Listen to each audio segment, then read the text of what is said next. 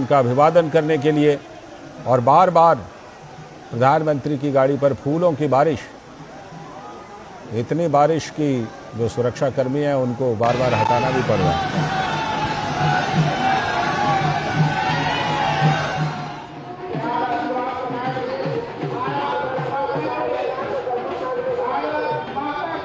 भारत माता की जय के नारे।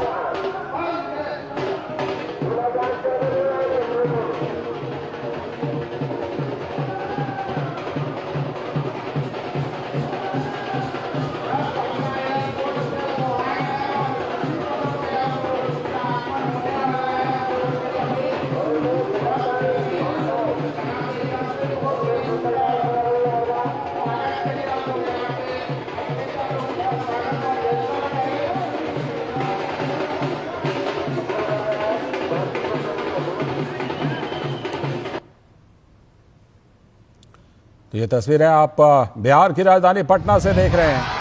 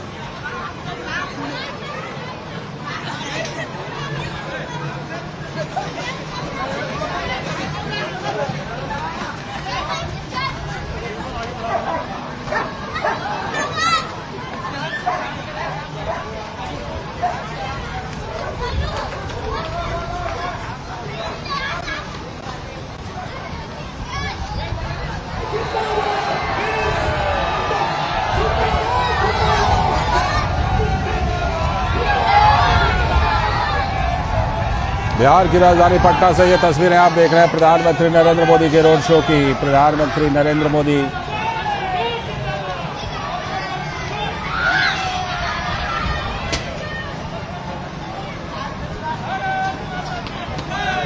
तो प्रधानमंत्री का पटना में ये रोड शो पटना हवाई अड्डे से लेकर वीरचंद पटेल मार्ग तक इस रोड शो का आयोजन किया गया है और इस रोड शो में भारी संख्या में लोग उपस्थित, आम लोग और लोगों में जबरदस्त उत्साह। तिरंगा थामे लोग, प्रधानमंत्री नरेंद्र मोदी का काफिला जब आगे बढ़ जा रहा है तो लोग भी साथ साथ आगे की तरफ एक बार फिर से प्रधानमंत्री को देखने के लिए, उनका अभिवादन करने के लिए दौड़कर आगे की तरफ आ रहे हैं। और भारत माता की जय, मोदी मोदी के नारे लोग लगातार उत्साह के साथ, और ये देखिए मशाल, हाथ में मशाल लेकर प्रधानमंत्री का स्वागत। जबरदस्त उत्साह आम लोगों में जो प्रधानमंत्री नरेंद्र मोदी के इस रोड शो में पहुंचे हैं और लोग मोदी मोदी के नारे, भारत माता की जय के नारे लगातार लगाते हुए, हाथों में तिरंगा को थामे हुए प्रधानमंत्री की गाड़ी पर, प्रधानमंत्री के काफिले पर फूलों की बरसात करते हुए, दिल खोलकर प्रधानमंत्री का स्वागत करते हुए और ऑपरेशन सिंदूर के बाद, या यूं कहें ऑपरेशन सिंदूर तो अभी जारी है, ऑपरेशन सिंदूर के दरमियान लोगों में ये भारी उत्साह, देशभक्ति से भरी हुई भावना और उसी भावना का प्रकटीकरण पटना की सड़कों पर, जहां प्रधानमंत्री का इस समय रोड शो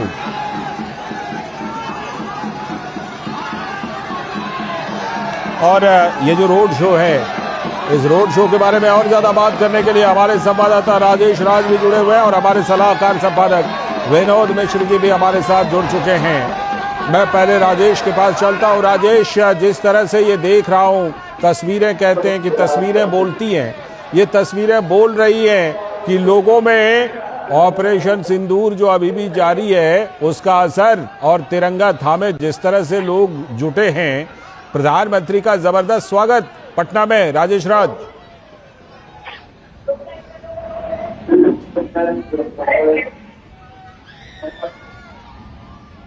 राजेश तक लगता है हमारी आवाज जा नहीं रही है।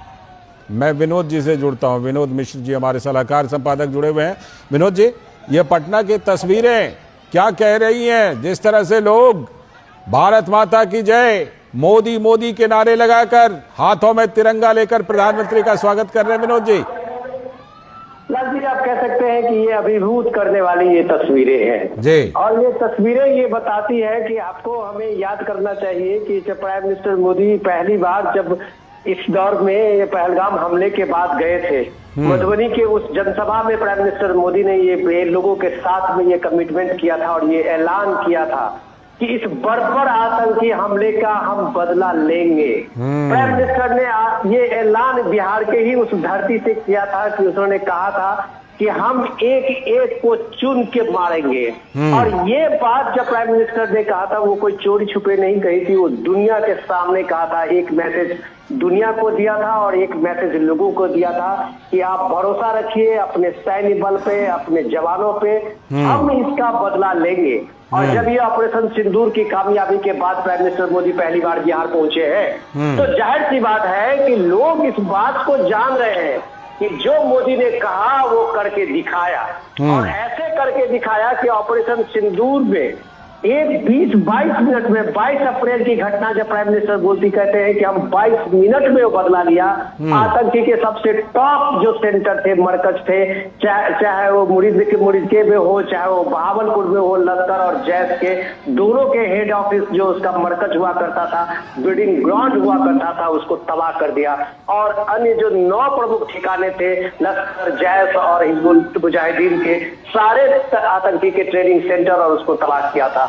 तो ये बिहार जानता है कि ये मोदी है तो मुमकिन है। और इसलिए इस दौर में जब आप देखते हैं कि प्राइम मिनिस्टर मोदी उसी बिहार में, उसी पटना में जब ये ऑपरेशन सिंदूर के बाद लौटे हैं, तो लोगों को इस बात को लगता है मोदी से जो उम्मीद थी, देश ने जो एक उम्मीद किया था, वो उम्मीद मोदी ने पूरा करके दिखाया है। ये उसका एक थैंक्स और ये इसका एक बड़ा, आप कह सकते हैं कि एक्नॉलेजमेंट से थोड़ा छोटा वर्ड हो जाएगा। ये आप कह सकते हैं कि भारत के लिए, भारत के सेना के लिए, भारत के पराक्रम के लिए वो एक सैल्यूट है बिहार की तरफ से। लालचंद जी बिल्कुल। और जैसा कि आप कह रहे हैं कि प्रधानमंत्री ने बिहार की इसी धरती से देश और दुनिया को संदेश दिया था, देश को हिंदी में और दुनिया को अंग्रेजी में भी संदेश दिया था प्रधानमंत्री नरेंद्र मोदी ने बिहार की इसी धरती से, और उसे पूरा कर दिखाया, संकल्प को सिद्ध करके दिखाया। इसलिए भी पटना के लोगों में, बिहार के लोगों में ये उत्साह और अधिक दिखाई पड़ रहा है। विनोद जी, जिसका जिक्र आप कर रहे थे। बिल्कुल, मैं यही कह रहा हूँ कि वो एक नेता जो ये बात, आज भारत के लोग ये बात जान रहे हैं कि अब आतंकी हमले का कोई डोजियर नहीं भेजा जाता। वो जमाना गया कि आतंकी हमले भारत में हुए और उसके बाद पाकिस्तान की तरफ से कहा जाता था कि सबूत दे दो, हम इस पे जांच में सहयोग करेंगे। आज का भारत ये बकवास सुनने की आदी नहीं है। आज का भारत डोज देता है। और प्राइम मिनिस्टर मोदी ने उसी भाषण में और आज भी कई बार बता चुके हैं कि भारत में होने वाले एक भी आतंकी हमले का जवाबी कार्रवाई होगी और मजबूती से कार्रवाई होगी। तो ये ऑपरेशन सिंदूर जो अभी जारी है, प्राइम मिनिस्टर मोदी ने आज भी पश्चिम बंगाल के एक जनसभा में कहा है, तो ये भारत का एक पराक्रम का एक नया स्वरूप है। ये ऑपरेशन सिंदूर जस्टिस के लिए, भारत के जस्टिस के न्याय का एक नया स्वरूप है।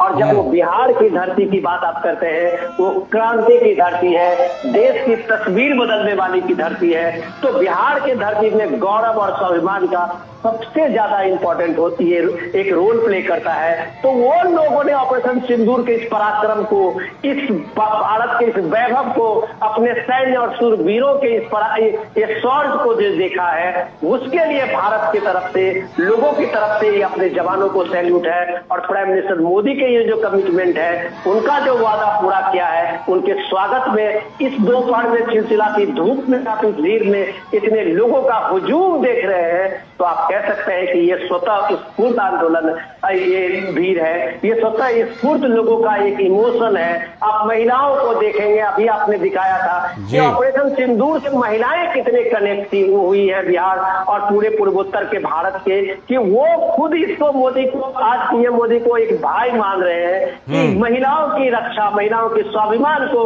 का प्रतीक सिंदूर है, उसकी रक्षा पीएम की है। ये जज्बात बिहार से उठ रही है, ये जज्बात का आपने एक स्वरूप आप बिहार के इस रैलियों में, इस रोड शो में देख रहे हैं। लालचंद जी, बिल्कुल विनोद जी, बिहार के लोगों को मेहमान नवाजी के लिए भी जाना जाता है। इतनी धूप और इतनी गर्मी के बावजूद जिस तरह बड़ी संख्या में और पूरे उत्साह के साथ आए हैं, ये दिखाई पड़ रहा है, ये दिखाई पड़ रहा है, सड़क पर दिखाई पड़ रहा है लोगों की चीजों को। अब राजेश राज भी हमारे साथ, हमारे संवाददाता जुड़े हुए हैं, राजेश के पास चलते। राजेश, करीब 5 किलोमीटर लंबा ये रोड शो, और खबर यह है कि 25 संगठनों के द्वारा प्रधानमंत्री का इस रोड शो में स्वागत किया जा रहा है।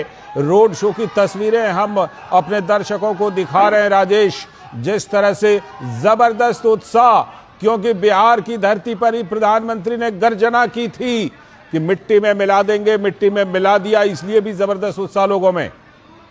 बिल्कुल लालचंद, आपने सही कहा। अभी तो अब सूरज जो है वो अस्ताचल की ओर है। अब सूर्यास्त होने की जो कड़ी है वो कुछ घंटों में खत्म हो जाएगी। लेकिन मैं सुबह से पटना की सड़कों पर लगातार यहाँ पर घूम रहा हूँ।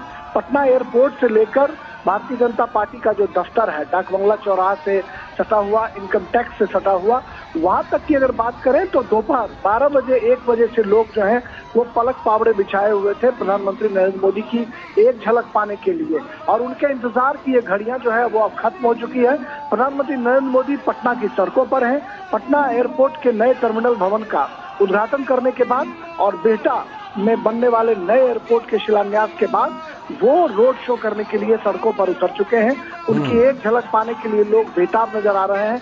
और बिल्कुल आपने सही कहा कि मधुबनी की सभा में जब उन्होंने कहा था कि हम आतंकवादियों को और जो देश को तोड़ने वाली ताकतें हैं उनको हम मिट्टी में मिला देंगे, तो बिहार की धरती से जो आह्वान उन्होंने किया था उसको कर दिखाने का जो जज्बा है वह यहाँ पर पटना की सड़कों पर साफ दिखाई पड़ रहा है। यहाँ पर बड़े बड़े तोरण द्वार, बड़े बड़े कटआउट्स लगाए गए हैं। सिंदूर ऑपरेशन के लिए लोग प्रधानमंत्री मोदी का हार्दिक अभिनंदन कर रहे हैं, उनका इस्तकबाल कर रहे हैं।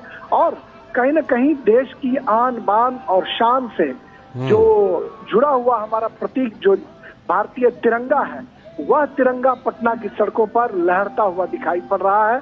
और यह आलम कल रात से ही शुरू हुआ है, अब वह जश्न में तब्दील हो चुका है। धीरे धीरे प्रधानमंत्री का काफिला धीरे धीरे पटना की सड़कों पर बढ़ता जा रहा है। पटना एयरपोर्ट से भारतीय जनता पार्टी का जो दफ्तर है वीरचंद पटेल रोड पर तकरीबन 5.5 किलोमीटर की यात्रा जो है उसको प्रधानमंत्री करने वाले हैं।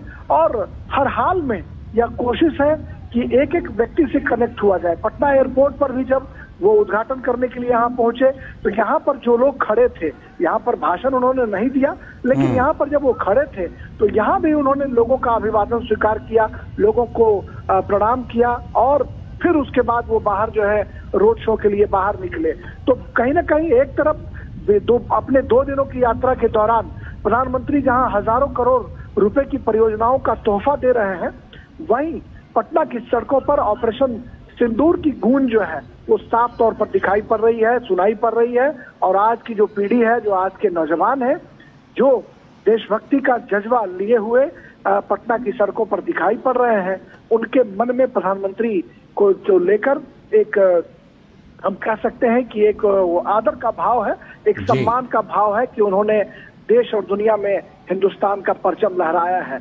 अब उनका काफिला धीरे धीरे गंतव्य की तरफ बढ़ता जा रहा है।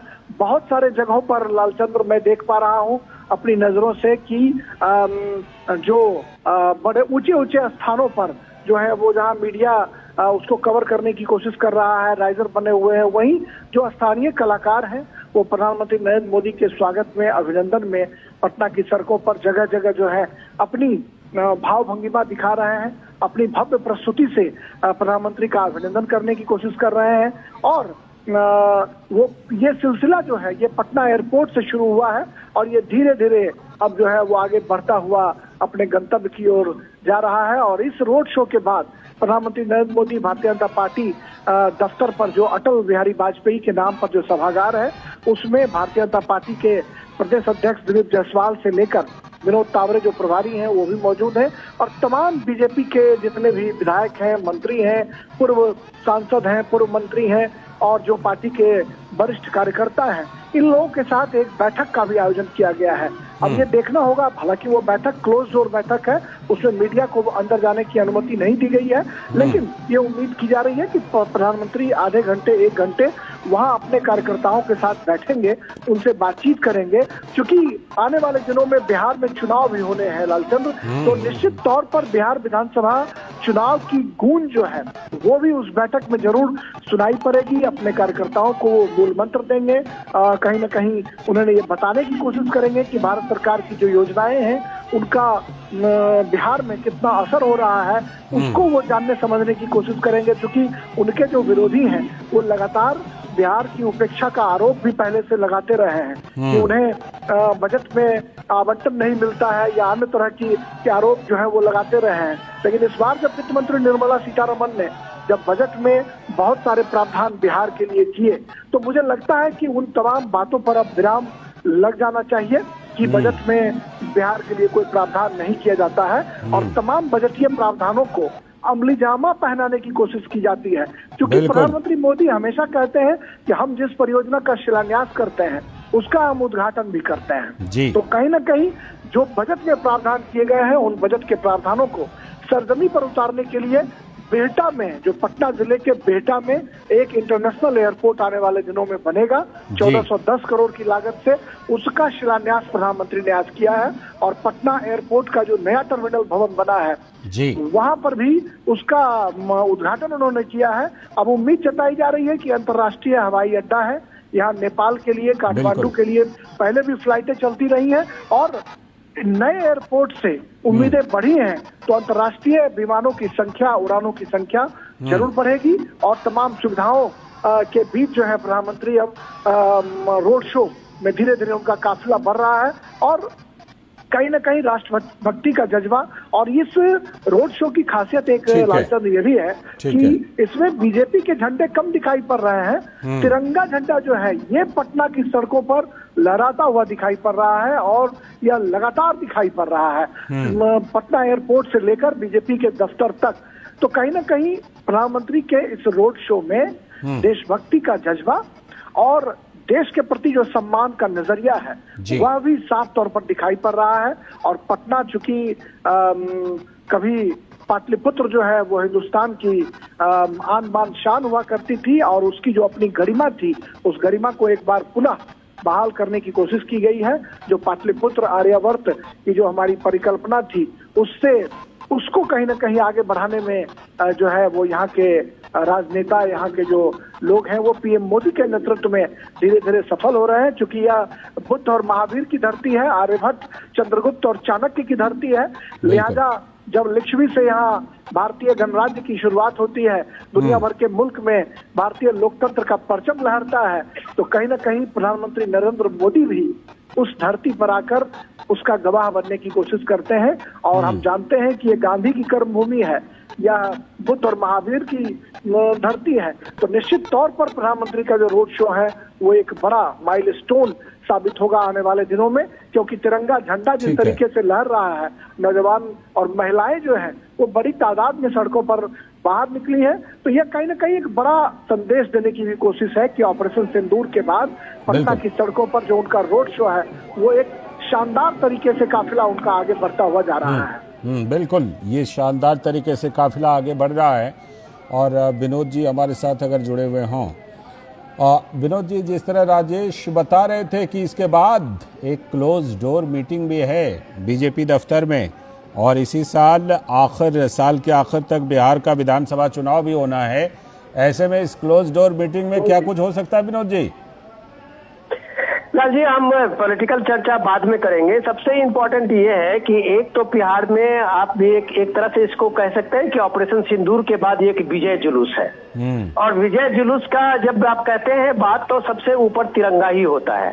तो एक तो आप जो तिरंगा में इस पटना को देखते हैं, तिरंगे साफे में लोगों को देखते हैं, तिरंगा ही तिरंगा है। यहाँ सारे पॉलिटिकल पार्टीज और कोई भी आइडियोलॉजी के लोग होंगे, मुझे लगता है पटना के नागरिक इसको एक उत्साह और एक जुलूस के शक्ल में अपने को इस रोड शो में अपने को देख रहे हैं। तो इसमें कोई पॉलिटिकल तो इसमें मुझे लग नहीं रहा है दूर दूर तक, क्योंकि पटना राजधानी में अलग अलग तरह के लोग रहते होंगे, अलग अलग विचार के लोग होंगे, लेकिन जब देश की बात आती है, राष्ट्र की बात आती है, तो सबके हाथ में तिरंगा होता है, सबके हाथ में वो स्वाभिमान होता है, स्वाभिमान भारत का होता है। और जब स्वाभिमान भारत की बात होगी, तिरंगा की बात होगी, तो जाहिर सी बात है कि उसके सामने में पीएम मोदी सबसे आदर्श साबित होंगे।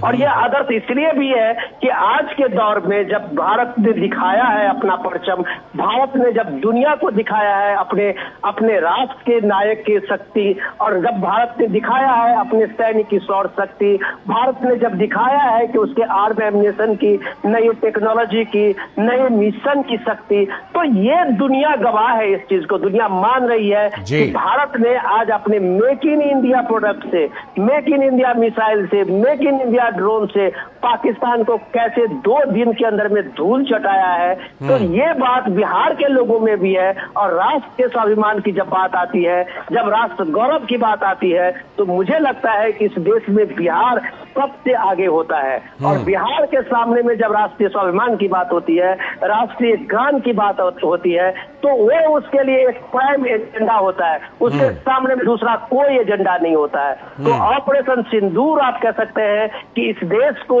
बहुत दिनों के बाद एक सूत्र में बांधने के, एक तिरंगा के नीचे लाने का एक बड़ा काम किया है। ये शौर्य बल अपने सेनाओं का है, ये सैल्यूट अपने वो सेनाओं का, तीनों सेनाओं का है, जो वो परचम दिखाया है दुनिया के सामने में। तो बिहार इसमें कभी पीछे नहीं रही है। और जाहिर सी बात है कि इस देश का नेतृत्व में अगर पीएम मोदी है, जो डिसीजन लेते हैं और अपने फैसले को करके दिखाते हैं, सक्सेस करके दिखाते हैं, तो ये जो भारत में एक स्वाभिमान जगह है कि जब पीएम मोदी कहते हैं कि हम घर में घुस के मारते हैं, तो ये घर में घुस के मारने वाला जो अंदाज है, बिहार ने उसको सैल्यूट किया है। बिहार की महिलाओं ने उस ऑपरेशन सिंदूर के स्वाभिमान को सैल्यूट कर रही है। बिहार की महिलाओं को लग रहा है कि उसकी एक एक महिलाओं के सिंदूर की रक्षा करने वाला उसका एक भाई है, जो भारत के स्वाभिमान का नेतृत्व कर रहा है। तो ये बिहार के से पूरे देश को एक मैसेज है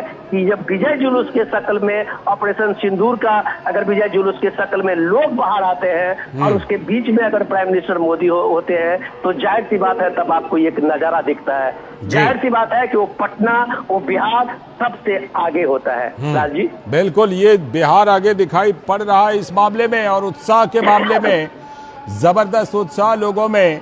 राजेश, आप जिक्र कर रहे थे कि इसके बाद प्रधानमंत्री वहां पर एक क्लोज डोर मीटिंग भी करने वाले हैं। राजेश, क्या कुछ खास इसको लेकर चर्चा है? क्योंकि बिहार के लोग सकारात्मक तौर पर राजनीतिक चर्चा में भी बड़ी दिलचस्पी दिखाते हैं।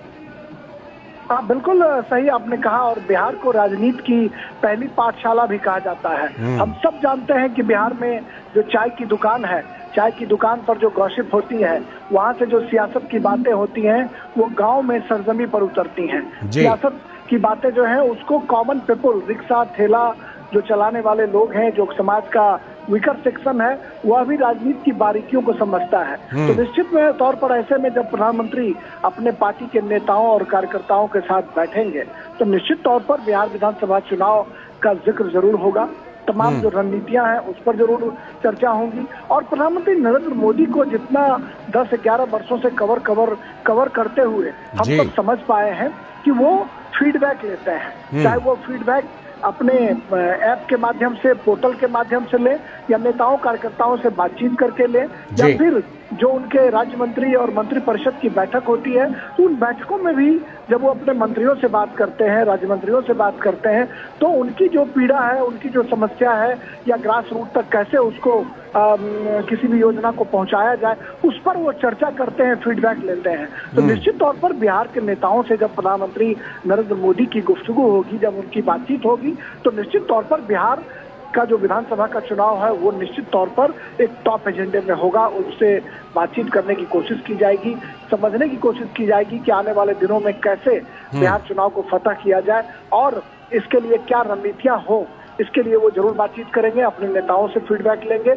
और प्रधानमंत्री को बिहार की राजनीति में बहुत दिलचस्पी भी है। प्रधानमंत्री हमेशा से भगवान महावीर और बुद्ध का जिक्र करते हैं, चंद्रगुप्त चाणक्य का जिक्र करते हैं और कहीं ना कहीं जो बिहार का पॉलिटिक्स है उसको क्षेत्रवार भी समझने की वो कोशिश करते हैं। जो हमारे यहाँ मगध मिथिला का रेंज है, चाहे कोसी और सीमांचल का इलाका है, उसकी बारीक समझ रखते हैं। तो मुझे लगता है कि जिन क्षेत्रों से जो नेता आएंगे, जो जिन क्षेत्र से का नेता प्रतिनिधित्व करते हैं उनसे जरूर प्रधानमंत्री फीडबैक लेंगे कि उस क्षेत्र में भारतीय जनता पार्टी की क्या स्थिति है, आने वाले दिनों में क्या रणनीतियां होंगी, कार्यकर्ताओं का कैसे उत्साह बढ़ाया जाए और भारत सरकार और बिहार सरकार की जो योजनाएं हैं उनको कैसे सरजमी तक ले जाया जाए और कैसे राष्ट्रभक्ति का जो जज्बा है वो कैसे पटना की सड़कों पर दिखाई पड़ रहा है, इसकी भी समीक्षा जरूर होगी इस बैठक में। इस तरह के तमाम जो कयास हैं वो लगाए जा रहे हैं। अब देखना होगा कि पीएम मोदी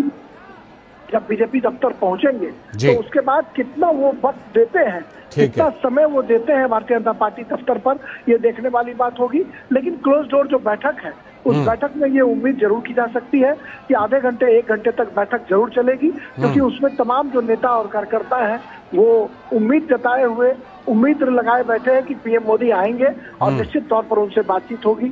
और बिहार विधानसभा का जो चुनाव है वो हर हाल में टॉप एजेंडे में होगा कि कैसे बिहार विधानसभा चुनाव का किला फतह किया जाए। और अब जैसा कि हम देख पा रहे हैं कि प्रधानमंत्री नरेंद्र मोदी का जो काफिला है वो आहिस्ता आहिस्ता अपने गंतव्य स्थल की तरफ जो है वो बढ़ता जा रहा है। 5.5 किलोमीटर लंबा काफिला पटना एयरपोर्ट से निकलकर धीरे धीरे जो है शेखपुरा मोड़ होते हुए आगे विमेंस कॉलेज, इनकम टैक्स होते हुए बीर चंद पटेल पथ का जो भारतीय जनता पार्टी का दफ्तर है वहां तक ये पहुंचेगा। और ये उम्मीद जताई जा रही है कि पीएम मोदी जो है वो पूरी गर्मजोशी के साथ अपने कार्यकर्ताओं से मिलेंगे और जो भीड़ का उत्साह है वो विजुअल्स में निश्चित तौर पर लालचंद देख रहे होंगे कि लोग कैसे छोटी उम्र के बच्चे हैं या फिर जो महिलाएं हैं वो हाथों में तिरंगा लिए फूल बरसाते हुए पीएम मोदी का गर्मजोशी के साथ स्वागत, अभिनंदन, इस्तकबाल कर रहे हैं। बिल्कुल बिल्कुल, ये स्वागत दिखाई पड़ रहा है, लोगों में ये उत्साह दिखाई पड़ रहा है। और विनोद जी, अभी जो आपने प्रधानमंत्री के एक बयान का जिक्र किया जो ऑपरेशन सिंदूर को लेकर उन्होंने दिया था,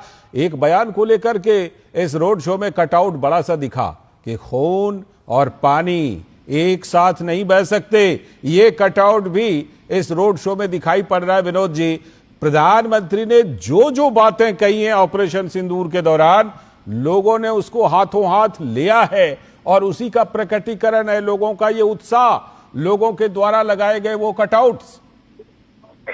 लाल जी, आपने बिल्कुल सही कहा। और मैं देख रहा हूँ तस्वीरों में जो लोग आगे बढ़ रहे हैं, काफिला आगे आप देख रहे हैं कि और हुजूम पीछे से चलते हुए आगे बढ़ रहा है। हर के हाथ में वो तिरंगा है और तिरंगा के थामे हुए वो जोश है, वो दीवानगी है। ये बाबू कुंवर सिंह की धरती है लाल जी, ये आप जानते हैं स्वतंत्रता संग्राम में अग्रणी भूमिका निभाने वाले कुंवर सिंह का भी वो 80 के दौर पार करने के बाद भी खून खौला था और वो अंग्रेजों से लोहा लिया था। तो वही बिहार है क्योंकि ये जो बिहार की धरती में जब वीरों की बात होती है, गौरव की बात होती है, और जब बिहार में आज का जो वो पोस्टर है कि खून और पानी साथ साथ नहीं बहेंगे, तो वो ये सीधे सीधे वो संकल्प की ओर इशारा करता है कि जो ये टेररिज्म के खिलाफ में जो जीरो टॉलरेंस का प्राइम मिनिस्टर मोदी का वो संकल्प है, तो वो साफ साफ बताता है कि अब खून और पानी एक साथ नहीं बहेंगे दरियाओं में। और इंडस वाटर ट्रीटी का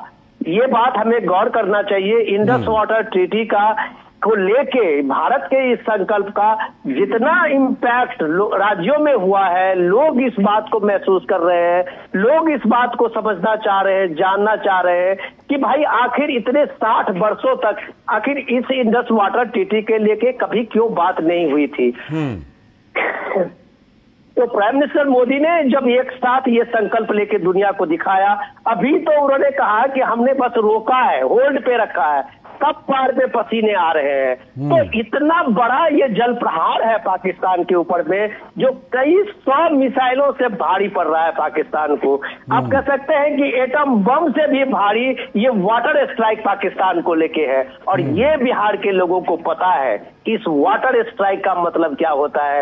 ये बिहार के लोगों को पता है कि जब पाकिस्तान में को पानी नहीं मिलेगा, तब उसको समझ में आएगी कि खून बहाने का मतलब क्या होता है। और ये प्राइम मिनिस्टर मोदी का जो संकल्प है कि खून और पानी साथ नहीं बहेंगे, बिहार में इन पोस्टरों में आप साफ साफ देख रहे हैं लालचंद जी। बिल्कुल ये दिखाई पड़ रहा है, बिहार के लोग भी प्रधानमंत्री के उन एक एक बातों की पुष्टि कर रहे हैं, उन एक एक बातों को समर्थन दे रहे हैं। और बिहार के लोगों के लिए इस दौरे में खास सौगात भी है राजेश। 50,000 करोड़ रुपए से भी ज्यादा की परियोजनाएं हैं जिनका उद्घाटन और शिलान्यास प्रधानमंत्री करने वाले हैं। आज से लेकर कल तक कौन कौन सी बड़ी बड़ी परियोजनाएं जिसकी सौगात बिहार के लोगों को मिल रही है राजेश? देखिए, पटना का जो नया टर्मिनल है, उसके अलावा बिहटा एयरपोर्ट का हमने जिक्र किया कि ये बजट में बाकायदा वित्त मंत्री निर्मला सीतारमण ने इसका ऐलान किया था कि बिहटा में एक इंटरनेशनल एयरपोर्ट बनेगा। तो जब 2 एयरपोर्ट की परिकल्पना पाटलिपुत्र की धरती पर, पटना की धरती पर जब होगी, तो निश्चित तौर पर जो कंजेशन है वो भी घटेगा और विकास की जो नई इबारत है वो भी लिखी जाएगी। बिहटा जो है वो एक एजुकेशनल हब बन चुका है। वहां पर NIT, पॉलिटेक्निक कॉलेज समेत बड़े बड़े कॉलेज जो है वो खुल गए हैं। 4 लेन का वहां पर निर्माण किया जा रहा है। जो बिहटा पटना जो मुख्य मार्ग है, जो मोकामा सरमेरा होते हुए बेगूसराय 4 लेन में अब कनेक्ट हो रहा है, वहां पर जब इंटरनेशनल एयरपोर्ट बनेंगे तो कहीं ना कहीं विकास की एक गंगा बहेगी। इसके अलावा अगर देखें तो नवीनगर जो औरंगाबाद में NTPC है, NTPC में भी कई तरह के जो संयंत्र हैं उसको डेवलप करने की बात की जा रही है। वहां पर कई तरह के जो है वो परियोजना के शुरुआत किए जा रहे हैं। रेलवे से जुड़ी हुई कई परियोजनाएं हैं जिसका उद्घाटन, शिलान्यास और आधारशिला रखी जाएंगे। इसके अलावा अगर हम देखें तो करीब 50,000 करोड़ रुपए की सौगात जो है वो प्रधानमंत्री मोदी देने की कोशिश कर रहे हैं। तो निश्चित तौर पर जो लोग सवाल खड़े करते थे कि प्रधानमंत्री ने ऐलान करने के बाद बिहार को कुछ नहीं दिया, उन तमाम लोगों के मुंह पर ये एक बड़ा ताला हम कह सकते हैं कि लगने वाला है। क्योंकि प्रधानमंत्री जब भी आ रहे हैं किसी न किसी बड़े कार्यक्रम में बिहार को वो तोहफा देने की कोशिश कर रहे हैं। बेगूसराय सिमरिया जो राष्ट्रकवि रामधारी सिंह दिनकर की भूमि है, वहां पर 6 लेन ब्रिज, जो राजेंद्र सेतु ब्रिज जर्जर हो चुका था, वहां पर 6 लेन सड़क पुल का निर्माण जो है वो कार्य समाप्त हो चुका है। उसका उद्घाटन भी उम्मीद की जा रही है कि जून महीने में होगा। और वहां पर डबल लाइन जो है वो रेलवे का एक अलग से पुल बन रहा है। और इस तरह से आप देखें तो कोसी की बात करें, सीमांचल की बात करें, तमाम इलाकों को 4 लेन के सौगात जो है वो पहले से मिल चुके हैं।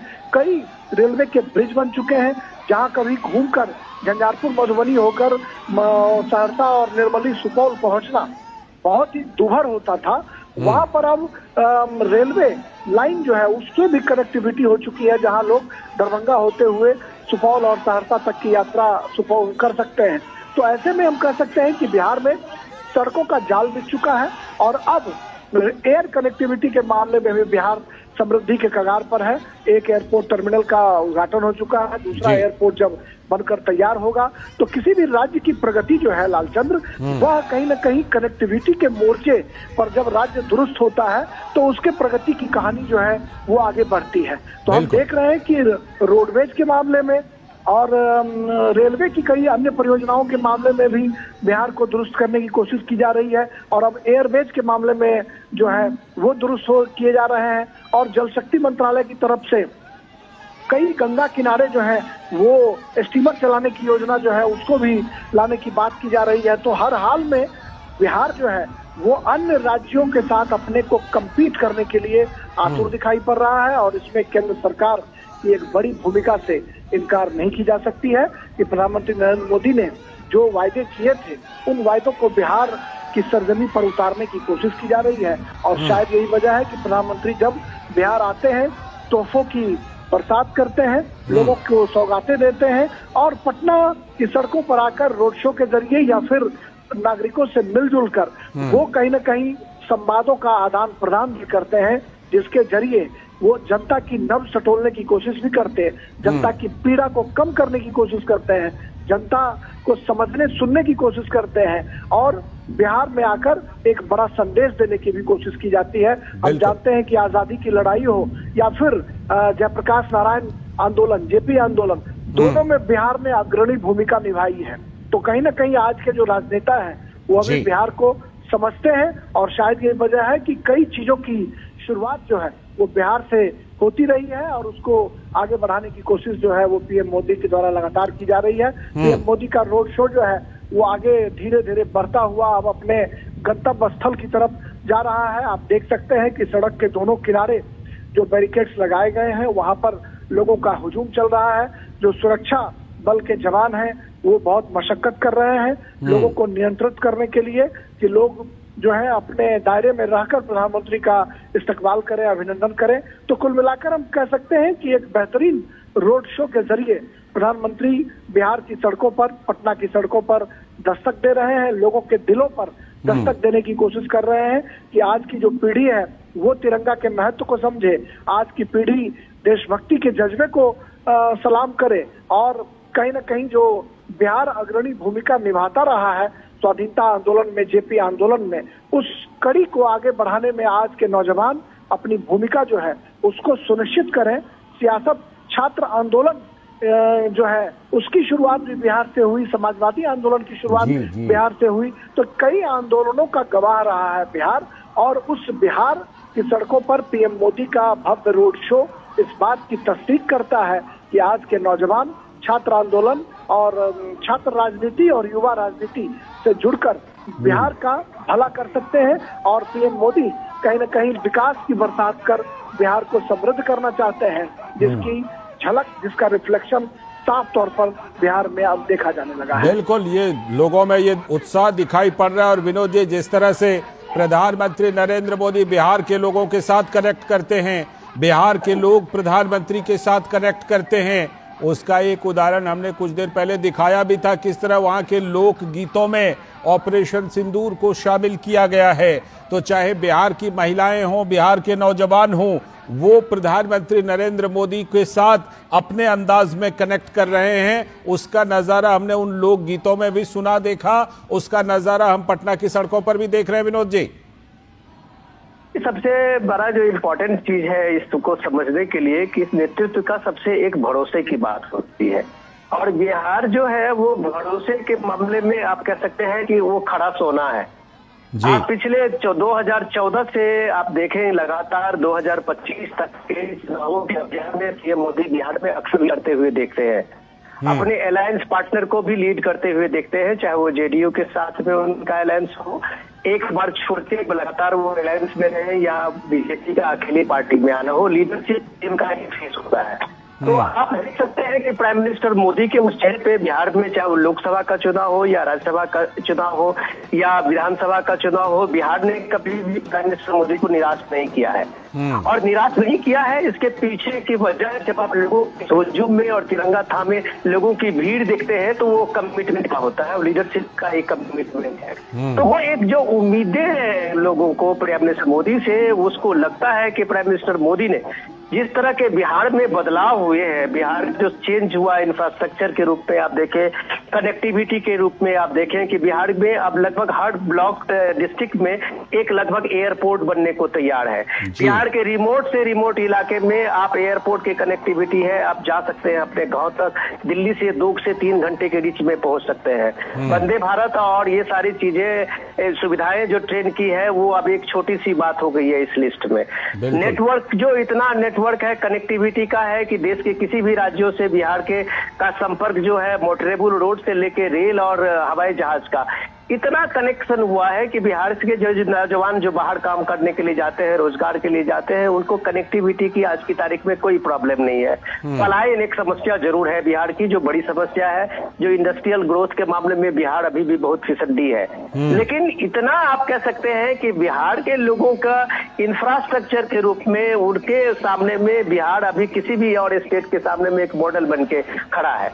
जो इम्पोर्टेंट बात पॉलिटिक्स की आप कह रहे हैं कि बिहार अभी आने वाले में और पॉलिटिकल पार्टियों के लिए एक लिटमस टेस्ट बनने जा रहा है। लिटमस टेस्ट इसलिए बनने जा रहा है कि आप पिछले 1 साल से आप देखें कि राहुल गांधी अपना सारा एक्सपेरिमेंट प्रयोग करने के लिए बिहार के धरती को ही चुन रहे हैं, क्योंकि उनको पता है कि बिहार के धरती एक्सपेरिमेंट करने के लिए सबसे माकूल है। और वो जो इस दौर में संघर्ष कर रहे हैं वो आरजेडी के से अलग अपना एक अलग संघर्ष कर रहे हैं, जिसमें वो लगातार एक दलित को फेस बना के और वहां वो संविधान बचाओ, संविधान रैली, भला उनका कई प्रोग्राम होता रहा है।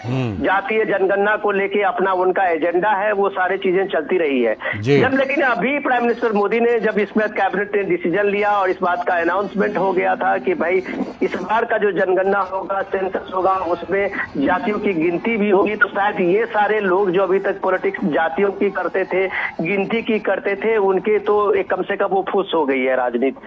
अब बिहार के लोग ये बात जानते हैं कि पीएम मोदी का सेंसस कराने का जो मतलब होता है उसके पीछे कोई ना कोई लॉजिक होगा। वो सिर्फ राजनीति के लिए हुआ नहीं होगी कि राजनीति करने के लिए कास्ट सेंसस करा लो। ये कास्ट सेंसस कांग्रेस कई स्टेट में हुए पड़े हैं, आज तक उस कास्ट सेंसस का कोई परिणाम नहीं था, उसका करना क्या है। तो कास्ट सेंसस एक ब्लूप्रिंट के साथ में होना है, ये बात कम से कम प्राइम मिनिस्टर मोदी के बात के कहने से बिहार के लोगों को इतनी उम्मीद है कि इस सेंसस से कम बिहार के लोगों में जो पिछड़े में अति पिछड़े हुए, दलित में अति दलित है, उनकी भी मेन स्ट्रीम में आने की ये भूमिका होगी। इंपॉर्टेंट चीज है समझने की कि बिहार इस समय इस जातीय झमेलों से आगे बढ़ के एक डेवलपमेंट का उसका सूत्र है। बिहार में आप देखें पिछले कई दशक से जो वोट का मामला जब सामने में आता है तो मुद्दा बिहार में डेवलपमेंट होता है। लोग बात गलती में इसका एनालिसिस जातीय समीकरण से ढूंढते हैं, सोशल इंजीनियरिंग में फिट करते हैं, लालू यादव एंटी लालू यादव में करते हैं। लेकिन जब आप लोगों का मिजाज देखेंगे, लोगों के मास की सोच देखेंगे, तो उसके पास में सिर्फ एक आइडिया है डेवलपमेंट का। और प्राइम मिनिस्टर मोदी ने इस 10 से 11 साल के अपने टेन्योर में जो डेवलपमेंट का खाका खींचा है विकसित भारत के संकल्प के साथ में, उसमें बिहार के लोग चाहे बिहार में हो या बिहार से बाहर हो, उसने प्राइम मिनिस्टर मोदी के इस विकसित भारत संकल्प और विकसित भारत को बहुत करीब से देखा है और उसका एक पार्ट रहा है। हम आप जो भी बिहार से बाहर में काम कर रहे हैं, जो भी इस डेवलपमेंट प्रोसेस के हिस्सा है, हम जानते हैं कि इस बदले दौर में लोगों की इकोनॉमी में क्या चेंज आया है। हम जानते हैं कि इस दौर में जो फूड स्कीम है, सिक्योरिटी स्कीम है, उसमें आज की तारीख में देखिए कि बिहार की एक बड़ी आबादी को अभी भी फ्री राशन उनके घर तक पहुंच रहा है। तो ये सारी चीजें जब बिहार में आप सोशल वेलफेयर की बात आप कहें, देखें उसमें किसानों के लिए आप देखें, तो ये सारी चीजें लोगों के एक इंडिविजुअल का जो इंटरेस्ट है वो इंटरेस्ट इसमें सर्व होते हुए दिखता है। तो जाहिर सी बात है जब पीएम मोदी की लीडरशिप की बात आती है और मोदी जब बिहार में होते हैं तो राजनीति न हो ऐसा तो हो ही नहीं सकता। तो पॉलिटिकल पार्टी को भी इसलिए मजबूर होना पड़ता है कि अगला एजेंडा उसका क्या हो। लालचंद बिल्कुल बिल्कुल, ये एजेंडा क्या हो इसके लिए जरूर बिहार में और खास तौर पर इसी साल के आखिर तक वहां पर चुनाव हैं, तो जाहिर सी बात है कि एजेंडा तो जरूर सेट होगा बिहार की राजनीति का।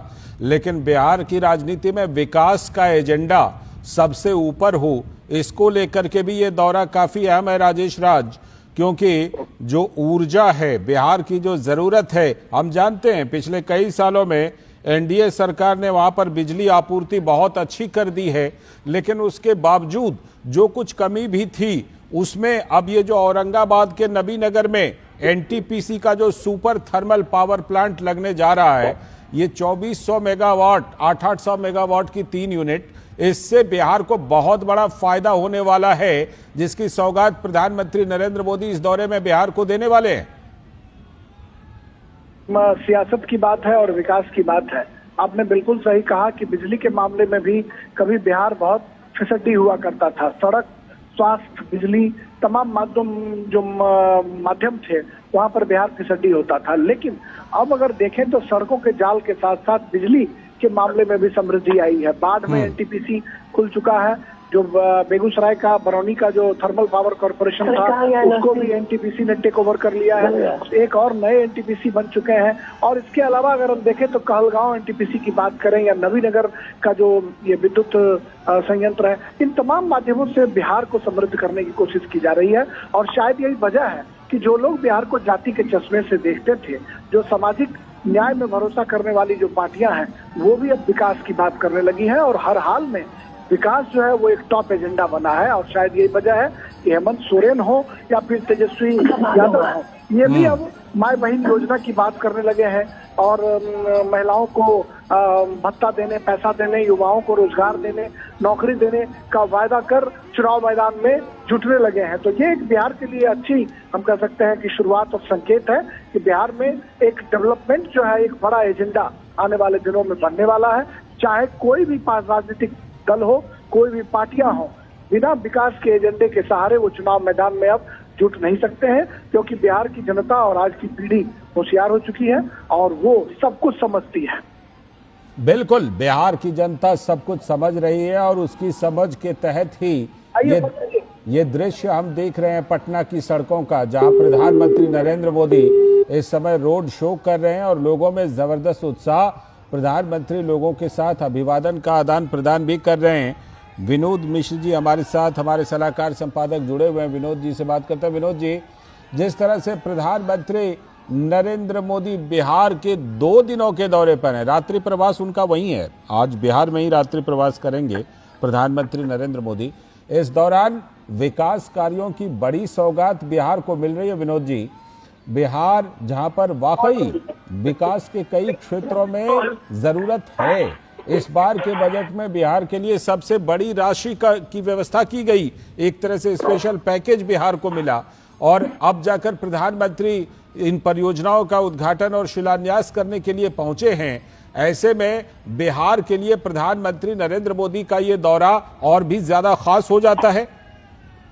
राजन जी, आप जब देखते हैं कि बिहार में जब कभी इलेक्शन का समय होता है तो कम से कम अपोजिशन के लीडर की तरफ से वो स्पेशल पैकेज की बात आती है जी, क्योंकि बिहार और झारखंड के बंटवारे के साथ में वो स्पेशल पैकेज का आप ये बात पिछले अरसे से काफी अरसे से सुनते रहे हैं। लेकिन मुझे लगता है कि जो स्पेशल पैकेज का जो अमाउंट था उसे कई गुना ज्यादा बिहार को अब तक पिछले 10 सालों में प्राइम मिनिस्टर मोदी ने दे दिया है। तो ये अलग बात है कि लोग इसको अलग अलग खाने में रख के इस बात को कहते हैं कि इतना पैसा मिलना चाहिए था, बिहार को इतना पैसा मिला है। लेकिन मुझे लगता है कि जो बिहार के साथ में नाइंसाफी हुई है 10 साल पहले, और जिस तरह से बिहार के कई ऐसे प्रोजेक्ट जो लंबित थे और काम पूरे नहीं हो पा रहे थे, इन 10 सालों में बिहार का जो डेवलपमेंट है, मुझे लगता है कि किसी भी स्पेशल पैकेज से और उस स्पेशल पैकेज के नाम पे जितनी सियासत है उसका एक उदाहरण और उसको चुप कराने के लिए ये सारे परियोजनाएं हैं जो पिछले 10 साल में बिहार में कंप्लीट हुए हैं जी। अब सवाल ये है कि बिहार में सबसे इम्पोर्टेंट चीज समझने की है कि बिहार में डेंसिटी का एक बड़ा बोझ है, आबादी बड़ी है वहाँ, उसके हिसाब से आप देख रहे हैं कि वहाँ इतने लैंड का वो एक्विजिशन का स्कोप नहीं है कि वहाँ बड़ी इंडस्ट्री लगाई जा सकती है। वहाँ कोई स्पेशल इकोनॉमिक जोन बने, इसके लिए आप देख रहे हैं कि वहाँ नदियों का और बाढ़ का जो हमेशा एक खतरा बना रहता है, वो भी एक ज्योग्राफिकल बहुत बड़ा चैलेंज है। तो इस सब हालत में बिहार के लिए एक डेवलपमेंट के लिए जो मैपिंग होना चाहिए, बिहार के डेवलपमेंट के अलग अलग रीजन की जो रिक्वायरमेंट होनी चाहिए, वो रिक्वायरमेंट अब मुझे लगता है ये सेकेंड फेज की सबसे बड़ी डिमांड होगी।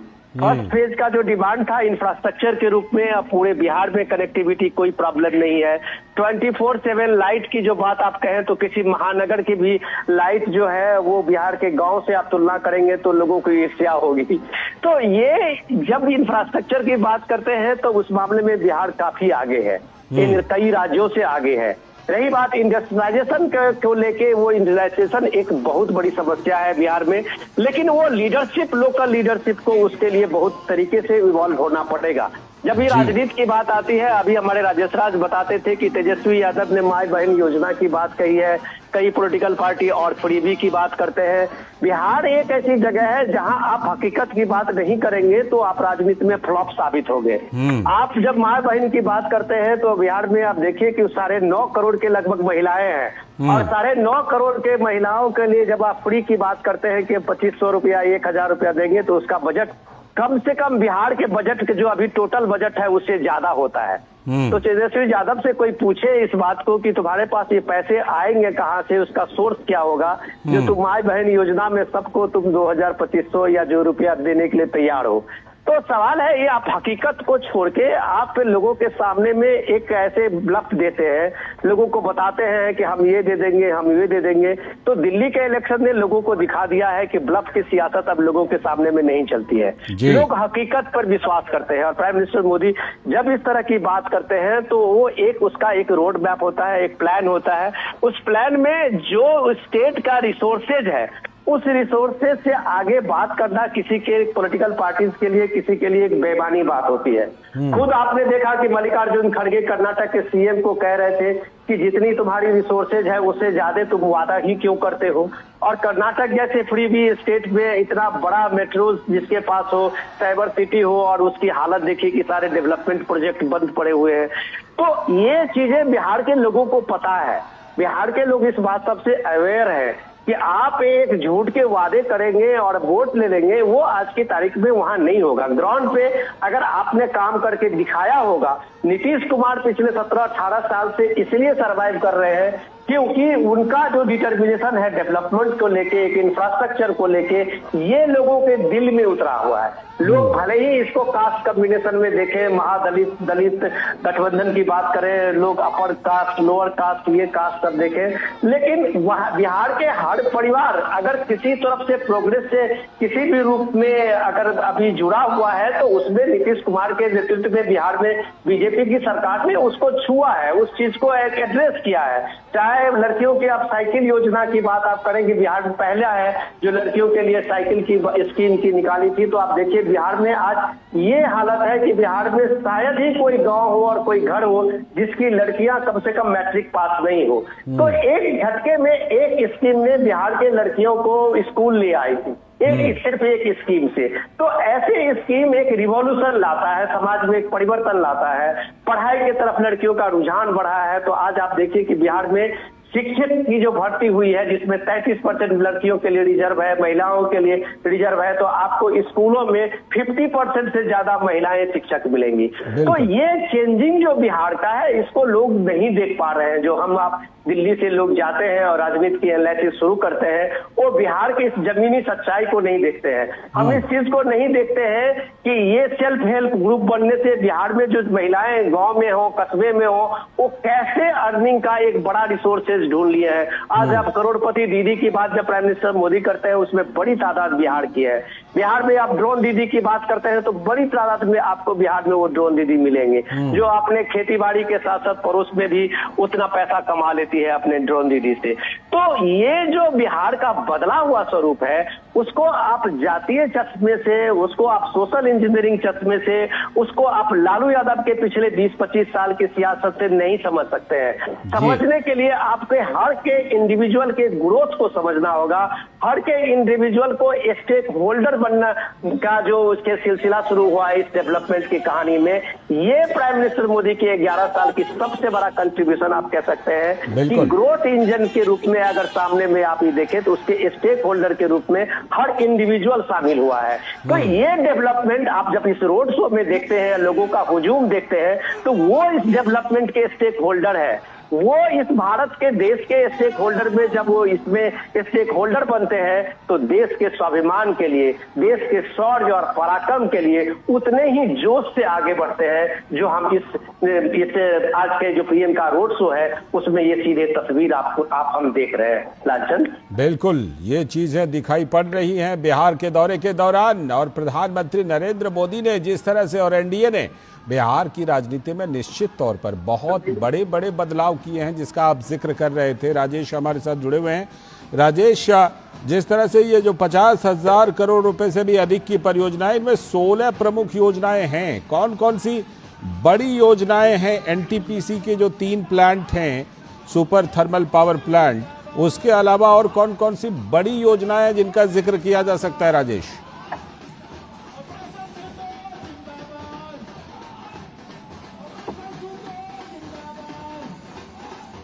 राजेश आप हमारे साथ जुड़े हुए हैं?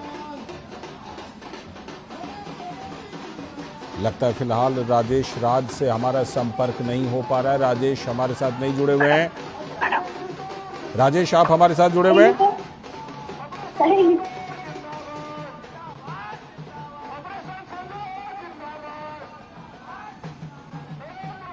राजेश हैं आप हमारे साथ जुड़े हुए?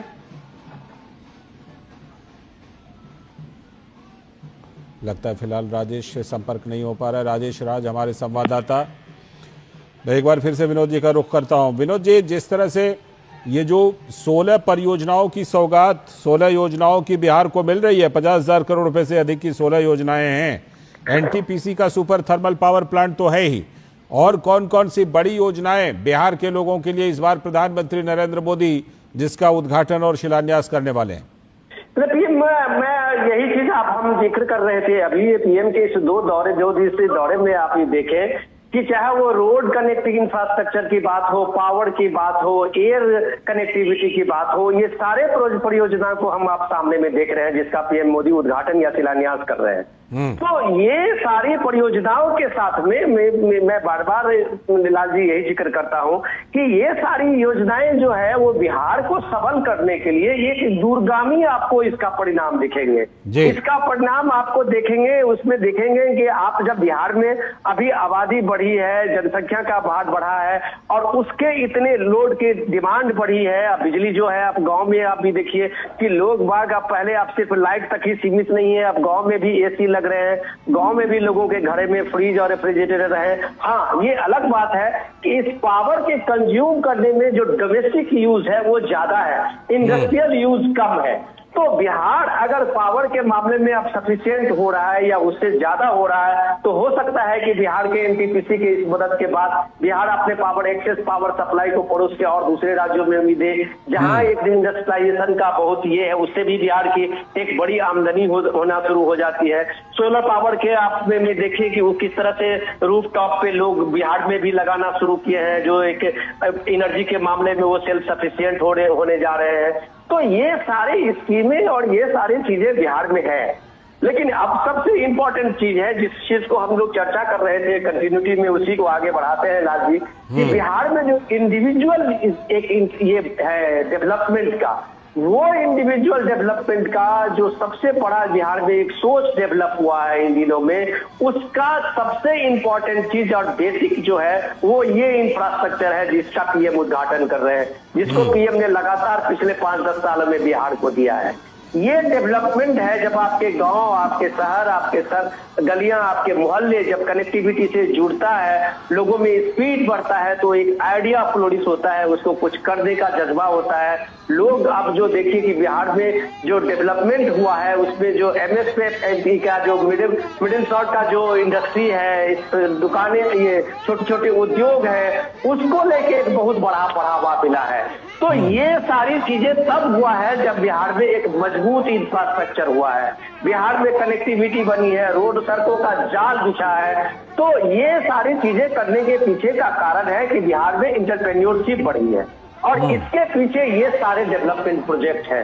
ये सारे डेवलपमेंट प्रोजेक्ट बिहार में लोगों को एक साहस दिया है, बैंकों से लोगों को ऋण मिला है, मुद्रा स्कीम ने लोगों को और भरोसा बढ़ाया है। तो ये इतनी सारे चीजें, इतने सारे दर्जनों स्कीम भारत सरकार के हैं जो लोगों को किसी तरह से, एक तरह से आप कह सकते हैं कि उसको आत्मनिर्भर बनने के लिए एक प्रेरणा देती है। तो आज जब प्राइम मिनिस्टर मोदी है तो जाहिर सी बात है कि बिहार के आने वाले और वर्षों में बिहार को और सबल कैसे किया जाए, बिहार को मुख्य धारा में लाने के लिए लोगों को और किस तरह की नई स्कीमें शामिल हो रही है वहाँ, इन सारे चीजों की बात होगी, इन सारे डेवलपमेंट का एक खाका तैयार होगा। तो मुझे लगता है कि बिहार के लोगों को इतना पीएम मोदी पे भरोसा है कि बिहार का अगर विकास होगा तो नरेंद्र मोदी के ही सपने से होगा, नरेंद्र मोदी के ही संकल्प से होगा। और ये जब आप देखते हैं रोड पे लोगों का हुजूम, तो ये इसी भरोसे और विश्वास को तस्दीक करता है। ये जब आप लोगों का भरोसा देखते हैं, ये जब आप लोगों को अपने एक नेतृत्व को लेके एक विश्वास देखते हैं, तो ये विश्वास, इसका कारण यही है कि हर स्टेक होल्डर जो बिहार का है, जो देश का है, उसे एक प्राइम मिनिस्टर मोदी के उस नेतृत्व पे भरोसा है, जो ये भरोसा देता है सुरक्षा का भी, जो ये भरोसा देता है कि संपन्नता का भी। तो सुरक्षा के साथ संपन्नता का जो मोदी गवर्नमेंट का और पीएम मोदी का अपना एक संकल्प रहा है, इसको लोगों ने पूरा होते हुए देखा है। सुरक्षा के फ्रंट में भी भारत के स्वाभिमान को लोगों ने देखा है, संपन्नता के सेक्टर पे भी, फ्रंट पे भी बिहार में लोगों ने देखा है कि भारत कैसे चौथे नंबर की इकोनॉमी बनी है। और भारत जब चौथे नंबर की इकोनॉमी बना है तो जाहिर सी बात है कि ये गौरव बिहार को भी लगता है, उसे भी एक कंपटीशन का इस रेस में आने का मौका देता है। तो बिहार में आज का जो पिछले 2 दिन का जो पीएम का ये है, वो इसी संकल्प को आगे बढ़ाता है कि संपन्नता के रेस में बिहार भी अब पीछे नहीं रह सकता है। लालचंद जी, बिल्कुल, बिहार जो विकास है उसमें अब पीछे नहीं रह सकता है और बिहार विकास के साथ कदमताल करेगा, तभी तो जो भारत है वो साल 2047 तक विकसित भारत बनेगा, विकसित राष्ट्र बनेगा। और प्रधानमंत्री नरेंद्र मोदी, विनोद जी, बार बार ये कहते रहे कि जो पूर्वी भारत है, अगर वो विकसित नहीं होता है तो फिर भारत का एक अंग तो बिल्कुल विकसित हो ही नहीं रहा है। ऐसे में पूर्वी भारत पर, पूर्वोत्तर भारत पर प्रधानमंत्री नरेंद्र मोदी बार बार फोकस देते रहे हैं। एक्ट ईस्ट जिसे विद इन द नेशन, यानी देश के अंदर एक्ट ईस्ट जिसे कहते हैं, उसमें बिहार निश्चित तौर पर प्रधानमंत्री नरेंद्र मोदी के फोकस पर है। क्योंकि अभी मैं एक डेटा देख रहा था कि पिछले 6 महीने में ही प्रधानमंत्री नरेंद्र मोदी बिहार में 5 बार दौरे पर जा चुके हैं। ये 5वां दौरा है। आप जब ये नॉर्थ ईस्ट के साथ में बिहार को कनेक्ट करते हैं तो ये आप एक समझे कि पूरा एक नक्शा खींचते हैं डेवलपमेंट का। क्योंकि यही इलाका था लालजी कि पिछले कई वर्षों में वो पीछे छूट गया था।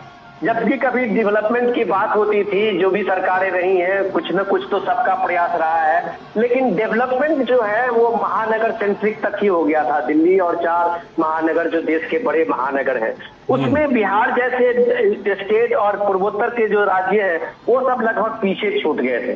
लेकिन आज जब आप देखें कि पूरे सरकार का, भारत सरकार का फोकस ये हुआ है, तो वो कनेक्शन में आपका बिहार एक पार्ट होता है। दूसरी बात, जब आप इम्पोर्टेंट बता रहे थे कि विकसित भारत की जब आप बात करते हैं, उस विकसित भारत में अगर बिहार जैसे कोई स्टेट, नॉर्थ ईस्ट का स्टेट, कोई कोना आपका वहां विकसित नहीं हो पाता है, अंडर डेवलप होता है, तो जाहिर सी बात है वो विकसित भारत का संकल्प आपका पूरा नहीं होता है। पूरे देश में, दुनिया में बिहार के लोगों का जो एक मेहनती, बिहार के पराक्रमी, बिहार के लोगों का एक टैलेंट आप जब सुनते हैं, तब उसके साथ में बिहार में लोगों का रोना यही होता था कि बिहार में वो इंफ्रास्ट्रक्चर नहीं है कुछ करने के लिए, बिहार में वो पूंजी नहीं है। अब जब बिहार में आप देख रहे हैं कि इंफ्रास्ट्रक्चर के मामले में बिहार में कोई कोना ऐसा नहीं है जो इंफ्रास्ट्रक्चर के मामले में कहीं भी कोई कोताही बरती गई हो। रही बात अब पूंजी की बात है, तो ये पूंजी की बात में तो बिहार में तब ये चीजें सामने में दिखेगी जब आपको वहां पे लॉ एंड ऑर्डर की सिचुएशन में आप देखेंगे कि बिहार में आने में लोगों का एक भरोसा बढ़ेगा।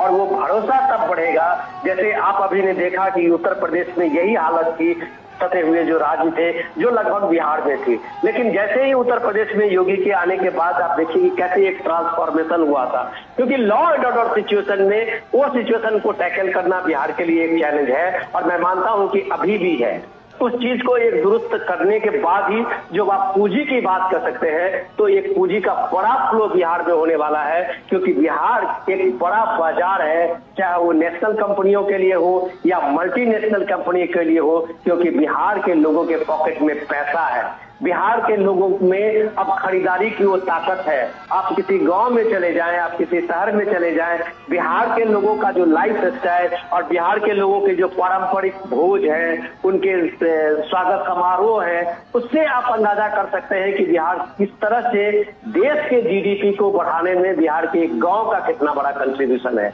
तो बिहार जब एक बड़ा बाजार बना है, तो जाहिर सी बात है कि बिहार में पूंजी लगाने में अब किसी बड़े इंडस्ट्री को दिक्कत नहीं होगी। तो ये प्राइम मिनिस्टर मोदी का बार बार जाने का बिहार है कि बिहार को एक फोकस में लाना चाहते हैं। बिहार जब फोकस में आएगा तो जाहिर सी बात है कि बिहार में वो एक इंडस्ट्रियल ग्रोथ की बात जब आप कहते हैं, वो भी वहां शुरू होनी थी, क्योंकि बिहार इन 10 वर्षों में इंफ्रास्ट्रक्चर के रूप में कमाल का काम किया है। बिहार कनेक्टिविटी में, एयर कनेक्टिविटी में भी बहुत शानदार काम किया है। तो ये डेवलपमेंट होने के बाद जब आप बिहार का नक्शा की बात आप करते हैं कि बिहार में डेवलपमेंट की बात करते हैं, तो बिहार को छोटे छोटे इशू से बाहर निकालना होगा। ये लोगों को भी बाहर निकालना होगा। एक बड़े सपने के लिए बिहार को एक नए रास्ते अपनाने होंगे, और ये रास्ते जो पीएम बता रहे थे कि बिहार का रास्ता आप बहुत भटक चुका है, बिहार की राजनीति ने काफी लोगों को लंबे अरसे तक भटकाया है, उस राजनीति को छोड़ के, उस पचड़े से निकल के बिहार के लोग जब इस बात को समझेंगे कि देश के अन्य हिस्सा ने किस तरह से प्रोग्रेस किया है, देश के अन्य हिस्से ने किस तरह से देश की जीडीपी में एक बड़ा कंट्रीब्यूशन डाला है, तो आने वाले टाइम में मुझे लगता है कि जब सोच बदलता है तो देश आगे बढ़ता है। बिहार में भी ये सोच बदलने की प्रक्रिया शुरू हुई है, और मुझे लगता है कि वो दिन दूर नहीं कि डेवलपमेंट का एक नया रास्ता, एक नया रोड मैप आपके सामने में होगा। लालचंद जी, बिल्कुल, वो नया रोड मैप सामने आएगा, नया रोड मैप होगा। एक बात आपने जो जिक्र की, बिहार के लोगों में जबरदस्त क्षमता है, लेकिन एक विडंबना देखिए कि जो एक राज्य को जो औद्योगिक प्रगति करनी चाहिए, वो प्रगति बिहार में अभी कहीं ना कहीं मिसिंग है। तो उसको किस तरह से उसको बिहार में किया जा सकता है, इसके लिए निश्चित तौर पर प्रधानमंत्री नरेंद्र मोदी, वहां की एनडीए सरकार इस पर काम कर रही है। विनोद जी, ऐसे में बिहार को किस तरह से औद्योगिक गतिविधियों में आगे बढ़ाया जाए, कौन कौन से ऐसे उद्योग, अभी हमने देखा था बजट में मखाना बोर्ड के गठन को लेकर, मखाना उद्योग को लेकर कितना बड़ा प्रावधान किया गया था। तो ऐसी चीजों की पहचान करके और बिहार में ऐसी चीजों की व्यवस्था करना, ये प्रधानमंत्री नरेंद्र मोदी, उनकी सरकार का विजन, बिहार की एनडीए सरकार का विजन, उसमें ये शामिल है। लालजी, आपने बहुत सही सवाल उठाया है। इसकी चर्चा हम लोगों को पहले भी इससे करना चाहिए कि मैं इसीलिए इंडस्ट्रियल ग्रोथ की बात जब आप कर रहे थे, तो प्राइम मिनिस्टर मोदी ने बिहार के बेसिक को सामने में लाया है। इस बजट में जब आप देखते हैं कि मखाना को लाके, और मछली उत्पादन जो बिहार की एक सबसे बड़ी पूंजी है, बिहार का जो एक बड़ा बाजार देश दे सकता है, उसमें मखाना और मछली जो है, और उसके साथ साथ में आप हॉर्टिकल्चर की बात करते हैं तो मखाना एक उद्योग से आप देखिए कि मैं भी उसी इलाके से हूँ जहाँ मखाना लगभग अब तक का गृह उद्योग होता था, लेकिन बड़ी पूंजी उसमें नहीं होती थी। तो बड़ी पूंजी नहीं लगने के कारण होता था क्या कि वो एक कुटीर उद्योग की तरह ही होता था। मल्लाहों का कुछ समूह पोखरों में, तालाबों में मखान निकालते थे, उसको कूटते पीटते थे और बाजारों में ले जाते थे। अब वो एक बड़ा उद्योग बन गया है, एक कोऑपरेटिव, आप इसको कह सकते हैं कि रिवॉल्यूशन बन रहा है। उस कोऑपरेटिव रिवॉल्यूशन में आप ये देखेंगे कि एक बड़ा समूह, एक बड़ा तबका इसमें लगा हुआ है, उसके सामने में मार्केट है। उसके सामने में इंडस्ट्री है। दसियों इंडस्ट्री पिछले एक साल में बजट के घोषणा के बाद बिहार में लगनी शुरू हुई है, पूंजी आना शुरू हुआ है, क्योंकि लोगों को लगता है प्राइम मिनिस्टर मोदी अक्सर पब्लिक मीटिंग में मखाना की चर्चा करते हैं। एक ब्रांड के रूप में पीएम मोदी खुद मखाना का एक ब्रांड एम्बेसडर बनते हैं, कहते हैं मैं रोज मखाना खाता हूं।